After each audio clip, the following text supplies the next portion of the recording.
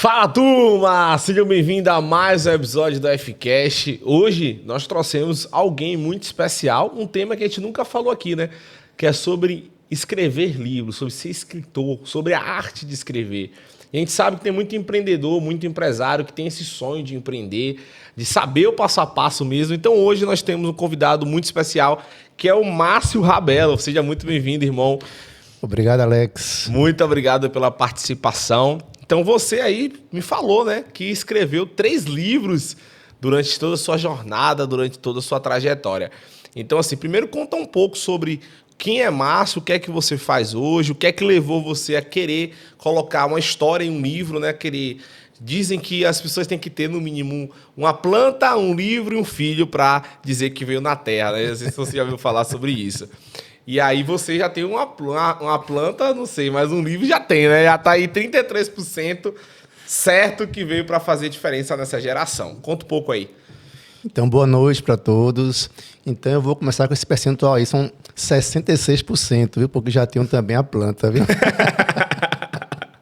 Bom demais. E o engraçado é que essa planta aí, Alex, gerou um conto de um dos meus livros, né? Porque eu publiquei um livro de contos, antes de a gente falar do outro hoje, mas antes posso falar sobre isso, já que tocou no assunto da árvore, né? Que temos que plantar.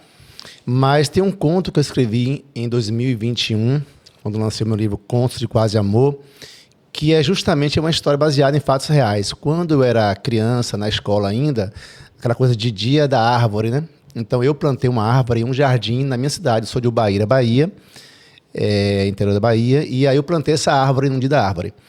Bom, isso ficou muito marcante na minha vida, no meu pensamento, e já adulto eu escrevi esse conto, que era justamente não sou eu, criei um personagem, que no conto é um idoso, né, já é uma pessoa idosa, que tem um filho, e ele quer voltar a essa cidade, a esse jardim, para rever essa árvore que um dia ele plantou, né? Então ele tem que ir na companhia do filho, mas o filho não tem tempo de ir com ele, porque o filho trabalha muito e tal, mas acaba cedendo ao desejo do pai e vai com esse pai para essa viagem. E eles têm uma relação muito fria por conta dessa falta de tempo que o filho não tem de estar com o pai.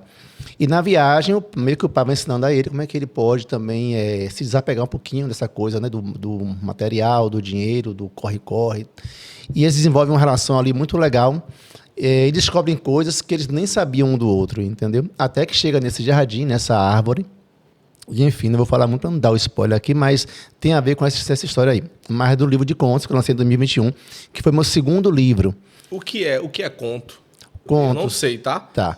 Então vamos lá. Contos são histórias curtas. Temos o romance, que é uma história longa, uma única história longa em um livro. Temos os poemas, que fazem parte desse livro que a gente vai falar aqui hoje, e que é poesia. E contos são pequenas histórias reunidas em um livro, né? Então, esse livro, por exemplo, são 18 histórias que há nesse livro. Uma dessas histórias é esse, que é chamado Árvore do Futuro, por sinal. Então, são histórias curtas, tá bom? E aí eu lancei isso em 2021. E em 2020, eu havia lançado o livro Casa da Chácara, que é uma história, uma novela infanto-juvenil de mistério, né? E que eu, por sinal, vou relançar esse ano agora, em 2026, no segundo semestre. Tá, mas da onde é que você tirou esses livros, essas histórias? Como é esse processo de criatividade? Olha, a minha criatividade nasce muito do meu cotidiano, né? Uhum. Eu sou uma pessoa que, onde eu ando, por onde eu passo, eu fico observando as coisas e as coisas me tocam. Aí, quando alguma coisa me toca, isso fica em mim, ali marcado, gravado, e depois, lá na frente, isso surge, né? Nem sempre eu vejo e penso, vou escrever sobre isso. Não. Mas eu olho, eu reflito sobre aquilo, mas fica guardado, de repente, em outro momento aquilo vem surgindo e eu vou lembrando e isso vai acontecendo. Exemplo? Por Casa da Chácara, esse primeiro livro que eu escrevi, ele é baseado também na minha infância, né? Eu morava em Ubaíra, nesse interior da Bahia, e tinha uma chácara lá que morava uma idosa, uma senhora, uma mulher sozinha, e a casa era muito grande, e essas casas de antigamente que tinha muitas janelas e muitas portas altas e tal. A casa era bem antiga, ela morava sozinha, aquilo me impressionava, né? Era sozinha dentro de uma casa com muitas portas e janelas e parecia uma casa mal assombrada, digamos assim, para uma criança que observava aquilo, né? E essa casa era rodeada de muitas árvores que tinham muitas frutas e tal, e nós não podíamos entrar lá para pegar nenhuma fruta, porque ela era bem ranzinza, bem, sabe? Não quero ninguém Eu aqui no assisti meu um quintal. filme tipo esse, viu? Casa Mal Assombrada. Do velho. Eu lembro desse filme. Porque é algo meio, né, vamos dizer assim, meio comum, né? Enfim, e aí isso aconteceu na minha infância e nós, né, tínhamos nossas travessões, a gente entrava lá, pegava uma coisa, pegava outra e tal. E, enfim, ela sempre espantava, né? Se ela percebesse que alguém entrou ali, ela corria atrás com um pedaço de madeira para poder... Nós tínhamos muito medo dela. Passou a infância, passou a adolescência, chegou a vida adulta e eu lembrei disso depois. E aí eu vou falar sobre isso. Mas, claro, né, que eu criei todo o restante, né? Porque não teve nada daquilo ali do mistério, né, de um prisioneiro, de não sei o quê, que invadiu a casa dela e que tinha um porão, né, misterioso, não sei o quê. Aí já foi a criatividade mesmo. Mas o fato, a base da história foi baseada em fatos reais. Então, basicamente, o que eu escrevo tem a ver com esse dia a dia. Né? Então, esses poemas, por exemplo, que a gente vai falar daqui a pouquinho, também tem muito a ver com esse dia a dia, aquilo que eu olho, que eu observo e que me toca. Se me toca, com certeza eu vou falar sobre aquilo depois. Legal. E esse livro agora é de ostras, cactos e assombros. Primeiro, né? O que é ostra e a relação de ostra, cacto e assombro? Então, aí é a migração do poeta, né? Ou melhor, vou chamar de sujeito poético, sujeito lírico do livro. Então, assim, estamos falando de uma pessoa, ou de um ser, um sujeito, que se desloca de uma região semiárida da Bahia para a capital, né? Onde aqui é o litoral. E aí o semiárido é muito recheado de cachoeiras, né? De rios, ou mais pequenos rios, né? E no entorno do semiárido, se a gente caminhar mais para frente, mais para dentro do interior, a gente vai encontrar o sertão propriamente dito. E o sertão já é um lugar onde a paisagem é mais agreste, mais rústica, com pouca água e tal. Então, esse sujeito poético, ele nasce nessa região, ele convive com essas paisagens, esse cenário, e claro que isso fica marcado nele, muito profundamente. E não pensou que fosse falar sobre isso um dia também, né? Como eu falei, isso vai acontecendo, vai ficando, e depois você retoma para uma escrita.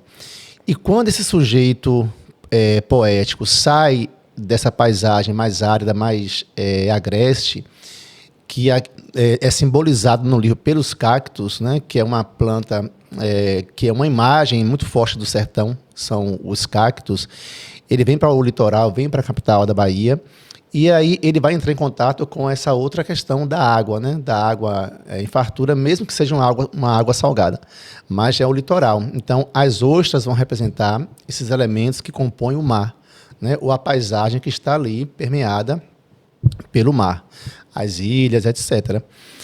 Agora, a outra palavra do título, que são os assombros, aí que está essa interseção do que é cacto, do que é ostras, porque quando você une cacto e ostra, como se fossem dois opostos, né, duas condições diferenciadas, né, de vida, você se assombra com algumas questões, porque se no sertão você tem pessoas que vivem uma vida muito difícil às vezes, mas também tem, né, muitas alegrias e outras tantas festividades, na capital, no litoral, você vai ter também alegrias e farturas, quanto também pobrezas e misérias. E você se espanta com essas pessoas, tanto de um lugar quanto do outro, né? O que é belo em um, também é belo no outro, pode ser o contrário e vice-versa. Então, os assombros são esses contatos com essas gentes, né? São pessoas diferentes, de regiões diferentes, mas que vivem felicidades e mazelas, cada qual do seu jeito. Legal. Muito bom. Então, quem for ler, ele vai conseguir ter um olhar diferente. Mas qual é o olhar que você quer que o leitor construa lendo o seu livro? Bom, para começar, como a maioria dos poemas são mais intimistas e mais colocando o eu como expressão maior, só que o olhar que eu gostaria que tivessem é que esse eu também é simbólico. Sou eu, claro, né? É um sujeito poético, mas também sou um eu ficcionalizado, sou um eu acrescido de outros eus, né? Porque a ficção, né, por mais que você queira criar um material, uma escritura que seja genuinamente você, isso não vai acontecer. Toda ficção, toda escrita literária, ela ficcionaliza esse eu.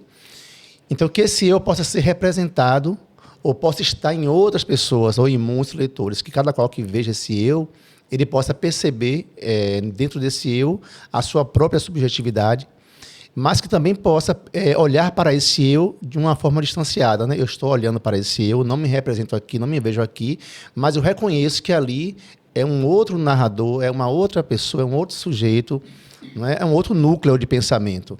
Então, é olhar para esse universo da poesia, ter a fruição poética, que é importantíssimo, e conversar com isso, conversar com o que está sendo dito ali e tentar imaginar essas paisagens e, de alguma forma, se reconhecer. É um mergulho no novo mundo, né? É um outro. Sempre é um novo mundo. O que se espera de uma leitura poética, de uma leitura literária, é que o leitor entre em contato com mundos diferentes, né? Que ele não conhece, os quais ele não viu. Ele vai entrar em contato. A mágica é essa. Entendi. A mágica do livro é se conectar em outros mundos. Outros mundos. E me diga uma coisa, Márcio, conta um pouco de você. Como é que você chegou nesse mundo poético, mundo de livros e poemas? E da onde é que saiu esse olhar tão profundo sobre as coisas, sabe? Eu acho muito bonito você olhar para um cacto e você imaginar uma história, você conectar com o sertão. É algo diferenciado. Sempre é diferenciado. Não é novo, isso não é da agora, com certeza. Começou da minha infância mesmo, sem que eu soubesse que eu estava ali criando um futuro mundo do qual eu faria parte, que seria o mundo da escritura poética, né, ou literária. Mas desde criança que eu não podia ver uma folha de caderno ou de ofício, né, o papel A4, que eu queria pegar, queria riscar, queria escrever, contar histórias. E bem antes de saber contar uma história escrita, eu me recordo, na minha infância ainda, que eu pegava objetos materiais, tipo caixa de fósforo, palito de picolé, sei lá, qualquer coisa que eu visse, eu olhava para esses objetos e eu imaginava algum personagem. Então eu tinha uma caixinha que eu tinha um carrinho, não sei o que, um cavalo. Então ia olhar para esses bichos e no meu universo ali que eu estava criando, o cavalo não era um cavalo, era um ser humano, entendeu? Só que para mim ali era o cavalo. Cara, e aí eu ficava brincando com esses negócios, eu pegava uma folha de papel e dividia em 30 quadrados, nos quais, por dia, eu ia contar essa história para mim. Não tinha ninguém assistindo, era para mim. E eu escrevia capítulo 1, né? E aí contava a história daquele dia para mim. Quantos anos de idade? Aí eu tinha uns 8 anos de idade, Meu Deus. 8, 9 por aí. Mas você teve alguma referência, tipo, de seu pai ou sua mãe, alguém que fazia isso, que era escritor? Nesse momento, não.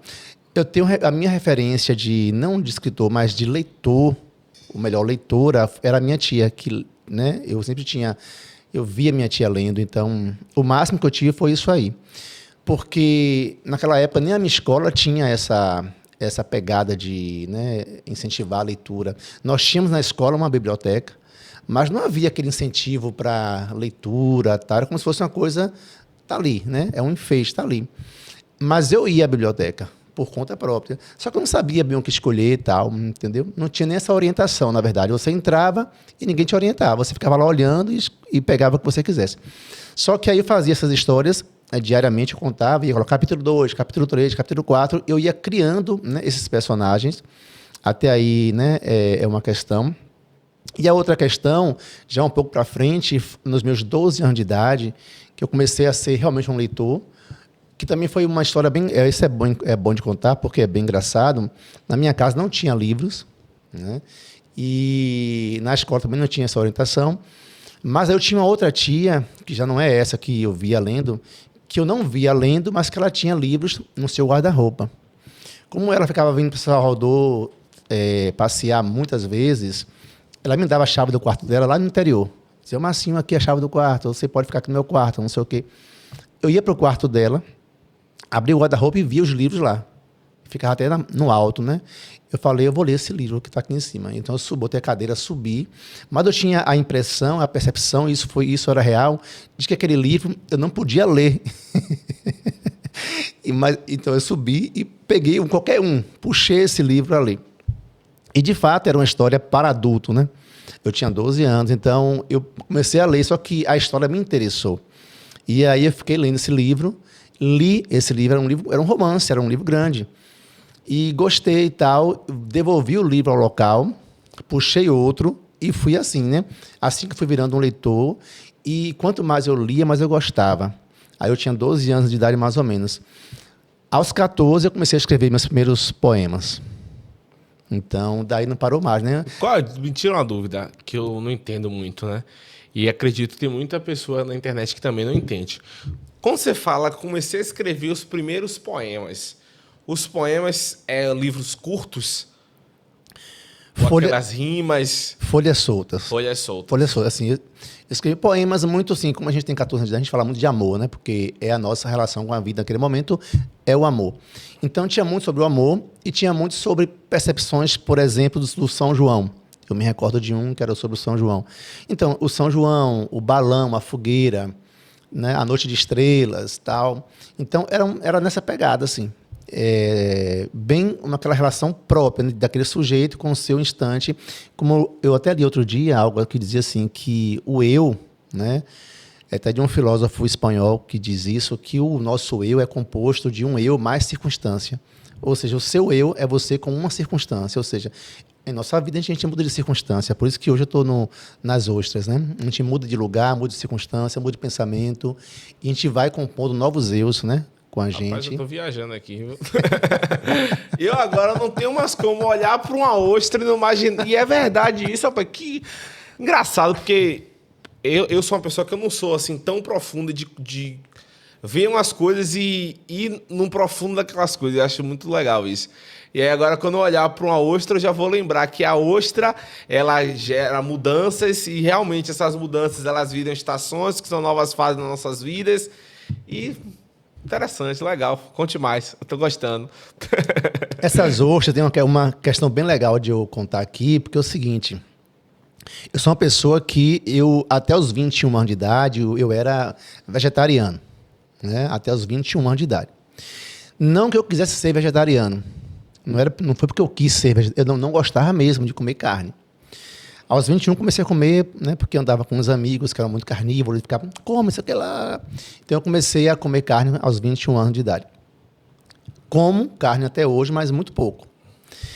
Então, mas até aí eu não sabia que eu tinha uma relação íntima com os animais sem que eu soubesse. E aí tudo que é maltrato de animal eu não gosto, tudo que eu vejo que está sofrendo um animal eu não gosto. Se eu acordar meu dia, sair, ver um cachorro ferido ou um cavalo ferido, como já aconteceu, eu perco o meu dia ali, entendeu? Eu fico para baixo mesmo. Eu descobri isso. E aí eu indo para as praias e tal, com grupos de amigos, ou então a mesa vizinha, que o pessoal, vamos comer ostras, né? Que não é nem ostra que se chamam, tem um outro nome parecido, que é a mesma coisa, na verdade. Esqueci agora o nome. Mas são ostras. Lambreta não. Lambretas. Lambretas. E aquilo me chocava, né? Abrindo aquelas conchinhas assim, comendo aquele negócio, e ficava imaginando um bicho ali dentro, né? E aquilo me doía, porque assim, pô, um bicho tão bonitinho dentro da concha, e o pessoal abre para comer esse bicho e tal. Mas também não pensei que eu fosse escrever sobre isso, né? Mas meio que vem disso. E eu tenho um poema, claro, né, que tem esse título, Ostras, e que fala dessa relação, desse amor, eu chamo de amor de casamento roubado, ou de amor roubado, quando a ostra não te quer, você pega, abre, engole essa ostra, e eu termino mais ou menos assim, dizendo que, porque amor gosta assim, né, de conquistar engolindo, é algo do tipo assim. Depois eu posso ler. Mas essa relação dos animais com a gente, com a natureza, por mais que nós sabemos que tem uma relação de dependência, né, de economia e de necessidade humana da proteína, da carne e tal, dos animais, eu convivo com isso muito mal. Então eu como frango, eu como peixe, mas eu sempre como isso me questionando. Entendeu? Para com esse assunto, velho. Não, não vem entrar na minha mente, não, pelo amor de Deus. Que eu não. Agora eu vou olhar pro frango, vou imaginar a galinha lá no quintal. Eu vou olhar pro. Não, pare, Márcio, bora mudar o assunto. Olha, e essa da galinha também tem um poema meu chamado A Pena do Amor. A Pena do Amor. E a pena aí é uma ambiguidade, né? São dois sentidos. Tanto é a pena mesmo da galinha, quanto a pena de ver a galinha morrer. E eu tinha uma relação muito bonita com as galinhas na minha infância, porque minha avó criava galinhas. E minha avó sempre assim, essa galinha aqui é sua. Então eu criava com essa galinha uma afetividade muito grande. Só que eu tinha a maior alegria de descobrir os ninhos das galinhas, né? Porque não é como uma granja, é um quintal de uma avó, é um quintal, né? Então você ficava procurando onde é que tinha o ninho de galinha. E não era fácil encontrar esses ninhos, porque elas conseguem esconder bastante, né? Fazer um ninho em um local que você não consegue encontrar. De vez em quando acontecia de eu encontrar esse ninho. E quando eu via aqueles 7, 8 ovos ali reunidos, eu ficava encantado com aquilo. E fazer omelete. Não, eu não pegava. Minha avó pegava, alguns iam para, claro, né, para virar omelete, que eu comia, por sinal, omelete, que minha avó fazia, e outros ovos iam para que a galinha chocasse e aquilo virasse um pintinho. E quando esses pintinhos nasciam, eu tinha uma maior alegria de acompanhar esses pintinhos crescerem dia a dia. Olha que loucura. Rapaz, você é um cara diferenciado, velho. E me tira uma dúvida, como é que você começou essa história de conseguir reunir títulos de duas coisas quase opostas, ostra, cacto e essa relação? Porque, pelo que eu entendi... Não, peraí, vamos voltar, tá? Que eu gosto sempre de anotar em forma de códigos. Sim. Basicamente é o seguinte, imagine que você quer me ensinar algo. Eu percebi que você gosta sempre de que as pessoas entendam. Por isso que você deu ali um código da ostra. Como, por exemplo, você me ensinou que a ostra ela é uma pessoa que ela está sempre em uma nova fase, um novo lugar, uma nova estação, não é isso? Sim. Pronto. E quais são os códigos que a gente pode aprender com o cacto para a gente levar para a vida? Por exemplo, a resistência. Eu encaro o cacto como uma resistência, né? O cacto é uma planta de resistência. Não é à toa que ele vive sob um sol tórrido quase o ano inteiro e não morre, né? E eu olho para esse cacto, eu não vejo apenas um cacto, uma planta qualquer. Porque o cacto tem, de fato, uma beleza estética. Ele é muito bonito e ele tem 1000 variedades, né? Se você conhecer as formas dos cactos, você fica encantado, porque o cacto realmente é uma planta que tem várias formas, mas são inúmeras formas. E eu não conheço uma forma do cacto que seja feia. Então, esteticamente, o cacto é uma planta bonita. Além de ser bonita, é uma planta que tem, né, essa imagem de resistência, porque você consegue viver sem água e conservando em si essa água, né? E para completar, o milagre ele não tem. Tem um poema chamado Milagres de um Só, milagres no plural de um só, porque eu trago, né, que o cacto ele é uma planta de resistência, ele é uma planta que tem uma beleza muito grande, ele é uma planta que ele inclusive doa água, né, para alguns animais, e ele é uma planta que, como se isso não bastasse, ele produz ainda uma das frutas mais bonitas em termos de imagem, mais saborosas e mais nutritivas para a gente, que são as pitaias. Eu não sabia, não, é mesmo? Eu não sabia, não. As pitaias vêm do cacto, que, por sinal, as pitaias têm uma origem mexicana, né? Mexicano.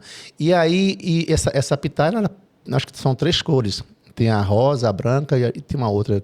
Mas eu só conheço a rosa e a branca por enquanto. Mas, assim, é uma fruta que, para a saúde, é importantíssima, entende? Então, assim, o cacto é uma resistência, tem esse olhar, mas ele é poético, ele vem de uma região do sertão que sempre me inspirou. Eu viajei por muitos sertões, né? Da Bahia, chegou a ver um cacto no deserto mesmo?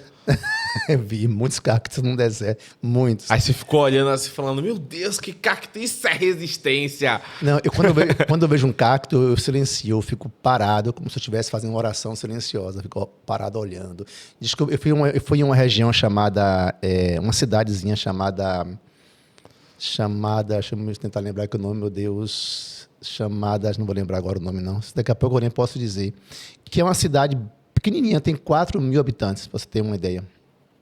E eu fui em uma cachoeira lá, em um rio. Conheci, a gente foi andando, né? Uma trilha mesmo. E chegando lá, um pouco antes, no meio do caminho, eu conheci muitos cactos, eu vi muitos cactos, e eram cactos enormes, né? E eu parei, tirei foto com esses cactos e ficaria alguns minutos em contato, olhando, apreciando, porque essa é a minha relação com o cacto. E assim, na hora eu não procuro pensar muita coisa, não. Eu só paro e fico apreciando. Rapaz, você é um cara diferenciado. Depois que eu vou pensar um pouco. Rapaz, é engraçado isso. E me diga uma coisa, o que tem a ver cacto com milagreiros, né?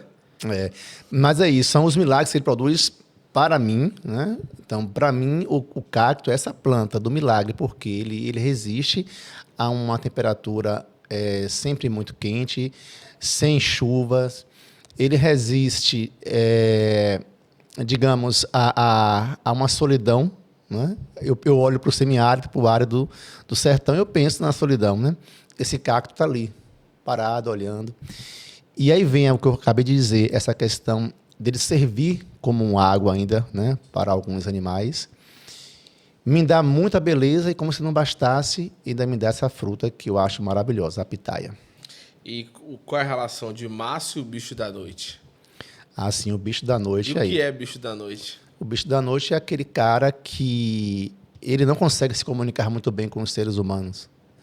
Né? Por mais que ele tente, ele não consegue, ou ele tenta e ele acha que ele não é compreendido. Né? Não sou muito eu, não, porque eu sou uma pessoa até que sou muito bem compreendida. Uhum. Mas em alguns momentos a gente vira um bicho da noite, né? Todo mundo meio que é assim, um momento você vira um bicho da noite. E aí tem um conto de uma autora chamada Lígia Fagundes Telles, chamado Conto de Passarinho, que fala dessa relação de um homem que tem sua esposa e seu filho, e tem um passarinho. E nessa casa, a esposa não tem com ele uma boa relação, eles não se entendem. A esposa, em vez de elogiar ou de dar um carinho ou de conversar, ela sempre ataca esse cara, dizendo que ele não presta, que maldita hora que ele casou, que ela casou com esse cara, que bem que o pai disse, para que você vai casar com ele? Então ela fica repetindo isso para ele o tempo todo. E o filho vai na onda dessa mãe. O filho também pensa que o pai é um ser imprestável, porque o pai não tem conhecimento, o pai não sabe marca de carro, o pai não sabe marca de cigarro, o pai não sabe nada. Então, o único contato dele com essa família é com esse passarinho. Quando ele chega em casa, ele pega o passarinho, fica ali brincando, coça a cabeça do passarinho, não sei o quê. É quando ele se sente realmente compreendido e se sente envolvido dentro de uma relação afetiva. E aí, esse conto, quando eu li, me marcou muito. Mas, como eu acabei de dizer aqui para você, eu nunca pensei que eu fosse escrever algo parecido. Mas aí eu sempre observei muito que não só esse cara, que é um personagem, né, uma ficção, mas muitas pessoas têm um contato muito grande com animais. E, por sinal, ontem eu acabei sabendo de mais uma história dessa. E esse cara que, às vezes, né, esse animal que traz para ele essa alegria, essa felicidade, essa comunicação. Então, esse bicho da noite fala disso. Eu estou até aqui na tela, eu posso ler? Leia. Porque é bacana, antes da gente falar pouco e as pessoas perceberem mais por meio do poema. Diz assim: foram pardais que me contaram da afinação matutina da alegria, mas por enquanto sou o bicho da noite e aprecio a coruja de olhos pardos cintilantes. Ela me contempla desconfiada, quem sabe chupando meu sangue, se morcego fosse. Envio para ela premonições de sapos enfileirados com rães. As rãs enoveladas nos sapos, as rãs, e os sapos assarapantados nas rãs, os sapos, e as rãs e os sapos, e eu, bicho da noite e do mato, cujo coacho é grito ameaçado. Foram pardais que me contaram da afinação matutina da alegria, mas ontem eu avistei um sorriso na esquina, desenhando partituras musicais. E era noite e eu era bicho, desses com sapos e rãs envolvido. Que gente, quando vê sapo e se depara com rãs, dá um grito. As rãs enoveladas nos sapos, as rãs, e os sapos assarapantados nas rãs, os sapos. E as rãs e os sapos, e eu, bicho da noite e do mato, afinando com rãs e sapos. Que massa. Bom demais. É isso aí. E pra gente resumir, então, esse livro, pelo que eu entendi, vamos lá, vamos voltar. Ostra, Cacto e Assombros. Então, conta a história de um homem que ele morava no sertão. Ele tem uma relação com o cacto, que o cacto ele quer mostrar resistência. O cacto ele é lindo e dá pitaia. Olha quanta coisa eu aprendi hoje, tá?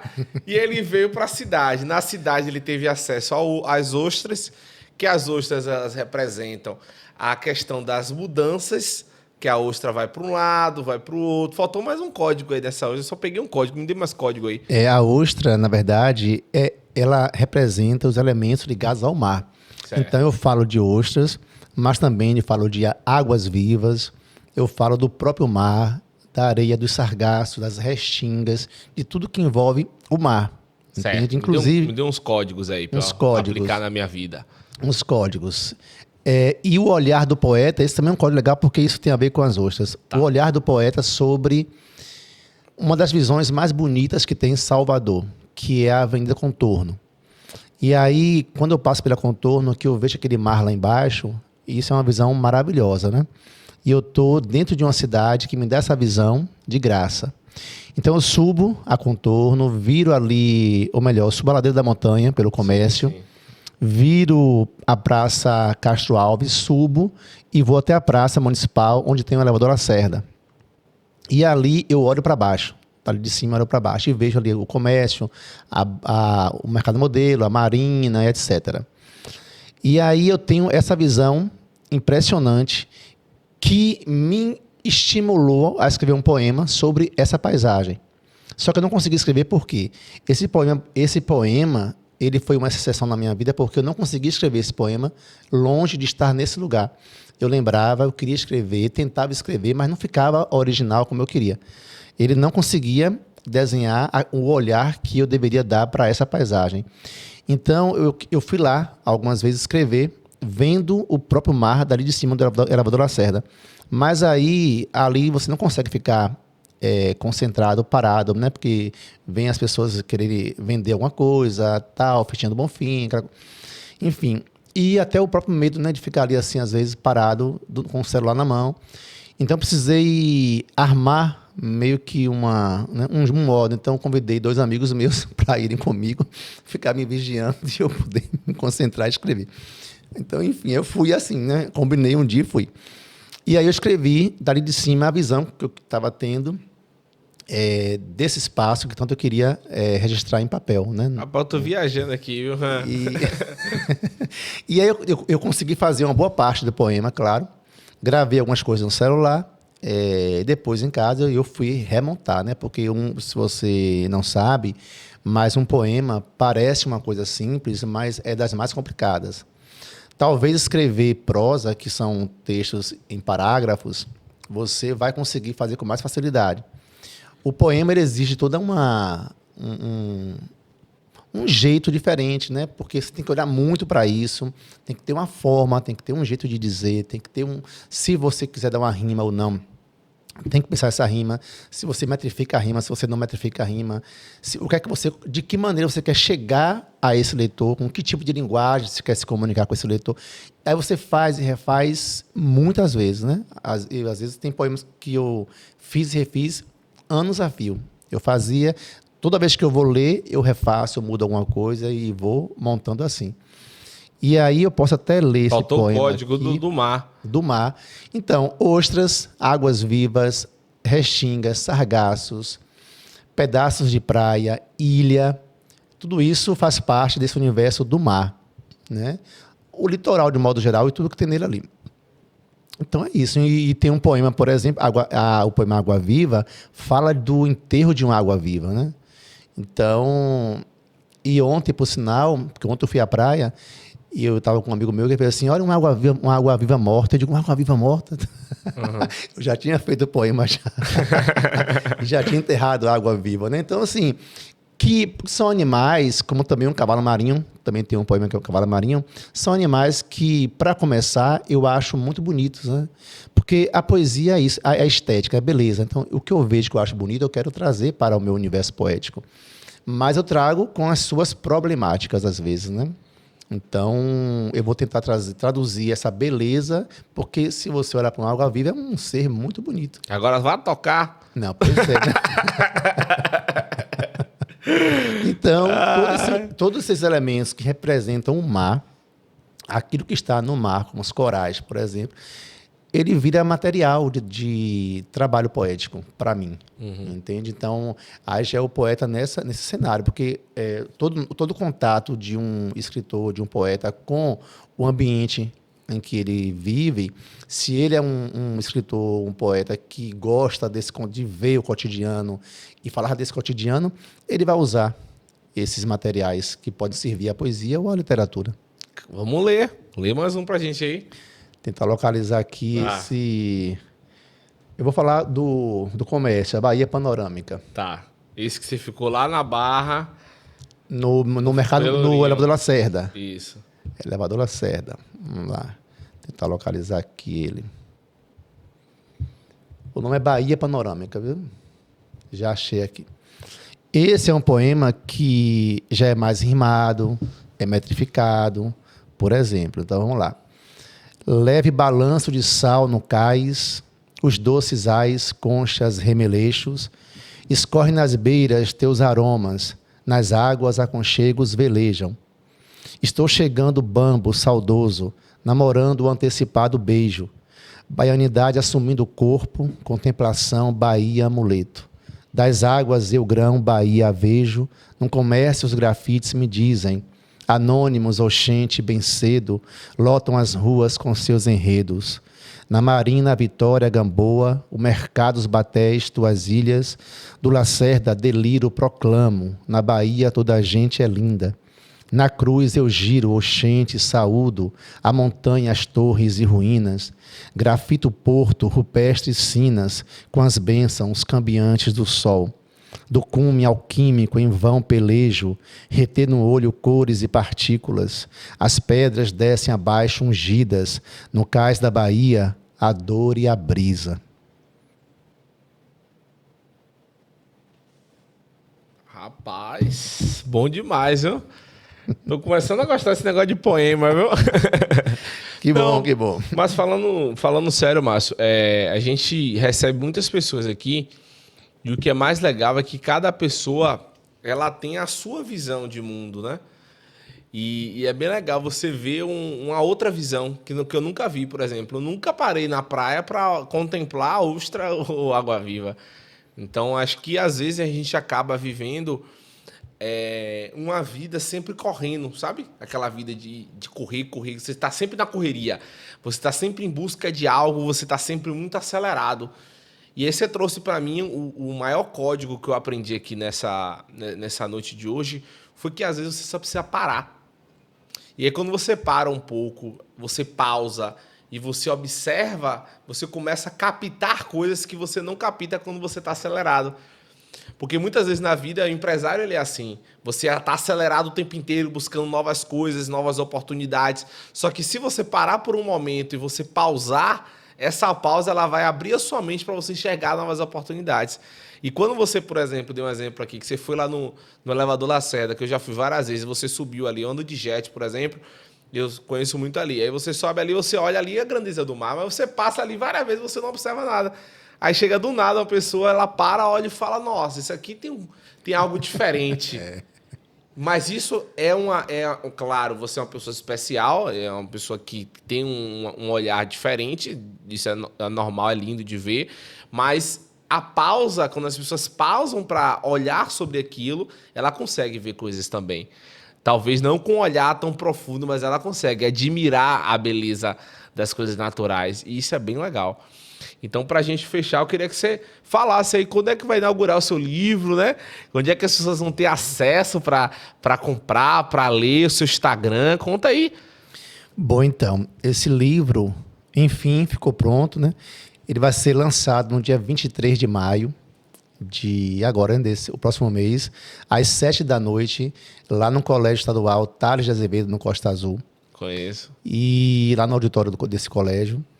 E ele vai estar sendo vendido na Amazon, né? E também quem quiser comprar, também pode comprar por meio do meu site. Eu tenho um site, marciorabeiraescritor.com.br. Falou rápido, volta. É o site, marciorabeiraescritor.com.br. Certo.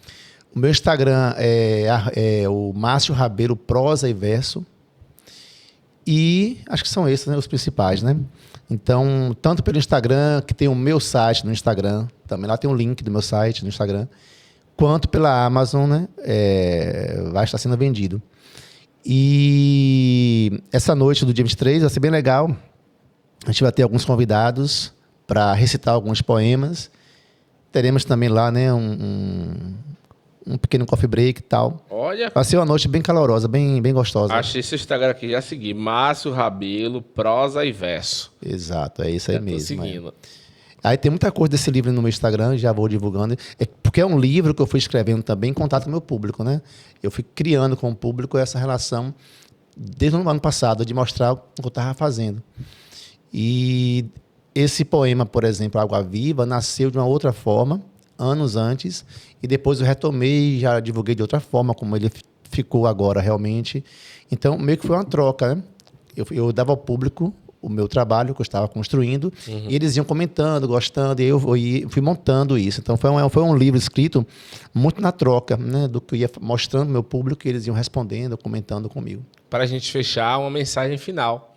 Uma mensagem final, leia a poesia. Uhum.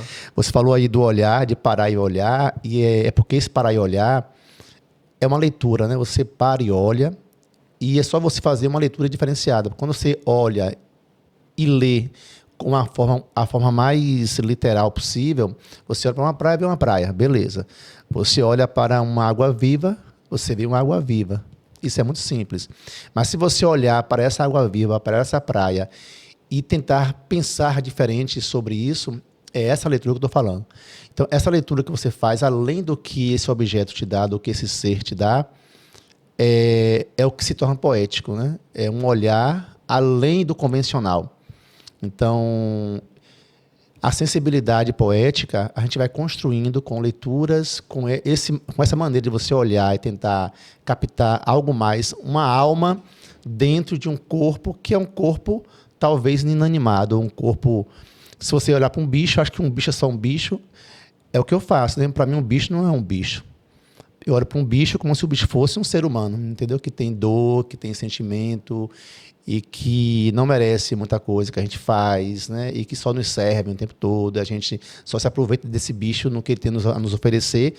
E o que é que nós damos em troca? Dá algum respeito, dá algum amor, dá alguma consideração, faz uma luta pelos, né, animais, tal.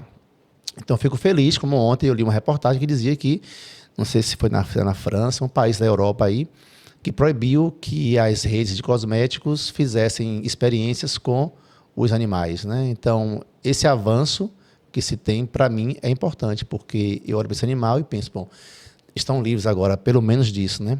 De serem machucados, quando se experimenta jogar no olho do bicho um shampoo que vai arder, por exemplo, só para testar se esse shampoo arde realmente. E aí quem vai sofrer é o bicho, não sou eu que vou usar o shampoo, entendeu? Uhum. Então, é a leitura poética, você olhar para as coisas e tentar captar uma outra coisa. Talvez a gente vai começando a construir essa sensibilidade que nos torna mais humanos, mais fortes, talvez, ou pelo menos seres mais potenciais para viver esse mundo. Perfeito. Turma, estamos finalizando mais um episódio do Fcast. É um prazer receber o Márcio aqui. Muito obrigado, Márcio. Depois vamos fazer um outro podcast, inclusive, para falar sobre o lançamento do livro dele. Estou muito ansioso e muito legal. De verdade, aprendi muito nessa noite. Acredito que você também vai aprender muito nesse episódio de podcast para você enxergar o mundo com um novo olhar. E isso é muito bonito porque você consegue... Muitas pessoas olham para um copo, vê um copo. Aí você já olha para o copo e já vê várias outras coisas que não é só um copo. E isso é muito bonito de ver, né? Pessoas com esse olhar diferenciado. E isso que nos torna... Isso firma a nossa identidade, né? Cada um é um ser diferente. E é isso que importa, a gente aprender muito com o outro. Então, muito obrigado, Márcio, por mais um episódio. E você, até a próxima. Não esqueça de comentar, curtir, compartilhar o nosso vídeo aqui no YouTube. E você que está no Instagram também, acompanhar e seguir o Márcio, tá bom? Vamos nessa, tamo junto.